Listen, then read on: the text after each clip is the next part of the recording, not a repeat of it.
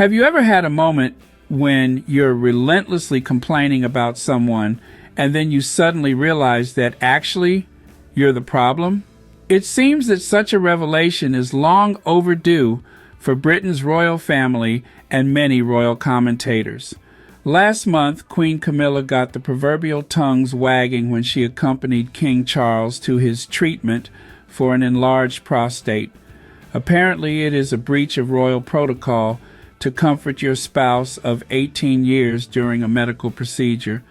Now, Prince Harry has generated negative headlines and has reportedly infuriated the royal family by speaking about King Charles's recent cancer diagnosis to Good Morning America. So what did Harry say that was so awful?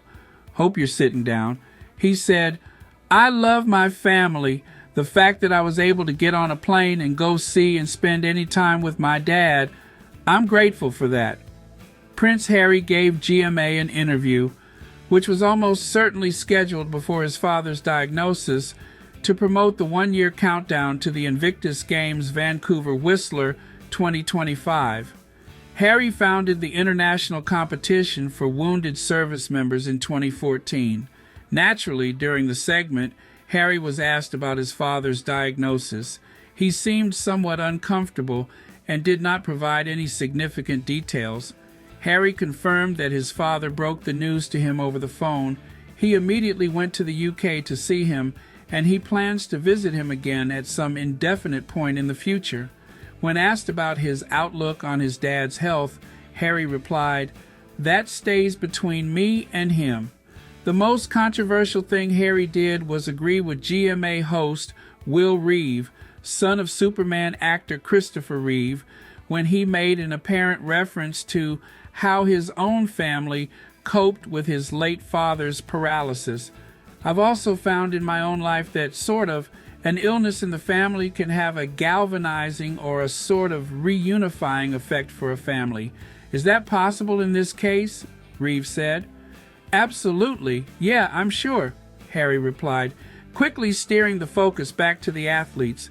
Throughout all these Invictus families, I see it on a day-to-day basis. Again, the strength of the family unit coming together. I think any illness, any sickness brings families together. Harry has said he loves his father and is open to reconciliation in many recent interviews. Yet this did not go over well with certain royal commentators. Even before the interview aired in full, GB News anchors fretted about what Harry might reveal, and royal correspondent Rafe Hadel-Mancu said he should have sought permission to speak about his father's health.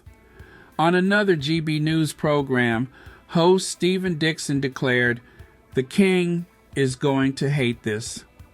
Grant Harold, Charles's former butler, told the New York Post, "I don't think William and the king will be thrilled about Harry's interview. Even though the king has already shared some information on his diagnosis, he is very private." He added, "I have no idea why Harry feels the need to speak out. That's what I don't understand." And the Daily Beast reported that Harry's remarks look likely to infuriate the palace, as friends of the royals believe the prince should have remained silent, or maybe silenced. One friend of Charles and Queen Camilla, when told of Harry's comments by the Daily Beast, responded, "It seems Harry has taken it on himself to use the diagnosis to publicize his own agenda. If it wasn't so sickening, it would be funny. What really would have helped the family come together would have been if Harry had said he wouldn't be taking questions about his father." Another friend of the family said, "It's hard to believe that Harry can keep finding ways to make things worse. He just needs to pipe down." To be sure, with the tell-all book and multiple interviews and documentaries, Harry and Meghan have given the royals plenty of reason to tense up whenever he's set to speak in public. But in the GMA interview, Prince Harry managed to politely respond to the questions on everyone's mind without really saying anything at all. Doesn't he deserve a little credit for doing exactly what the royals trained him to do?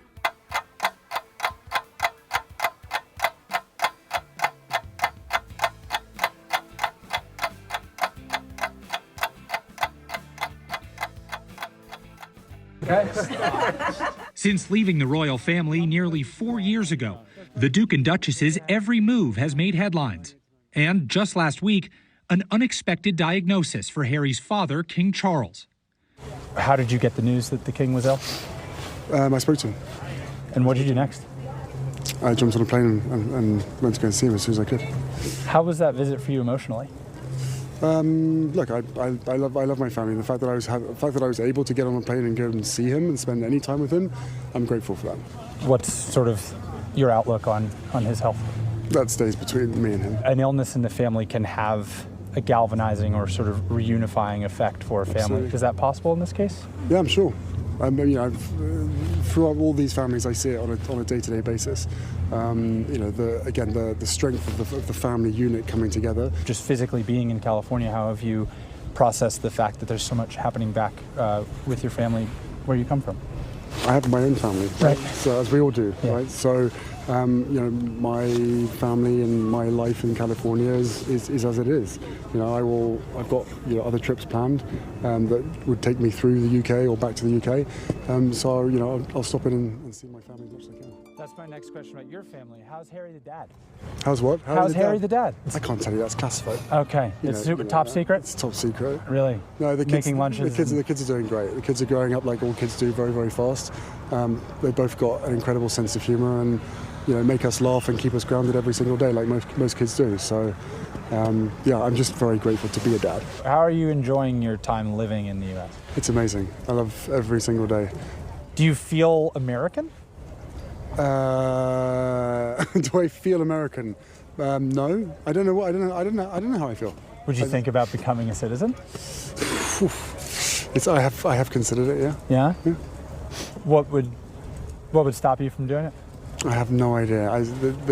I'm here standing next to this with these guys. And the American citizenship is a thought that has crossed my mind, but certainly not something that's a high priority for me right now. Aside from Invictus, what's keeping you busy when you're out of the house? Everything. Yeah? Everything in the house, everything outside the house. The mission continues and every element of the work continues. And then before you know it, February next year, this time in a year's time, we're going to be right here doing all this again. Hopefully you'll be here. And we're going to have the whole of Whistler and hopefully the whole of Canada screaming these guys on for an epic games.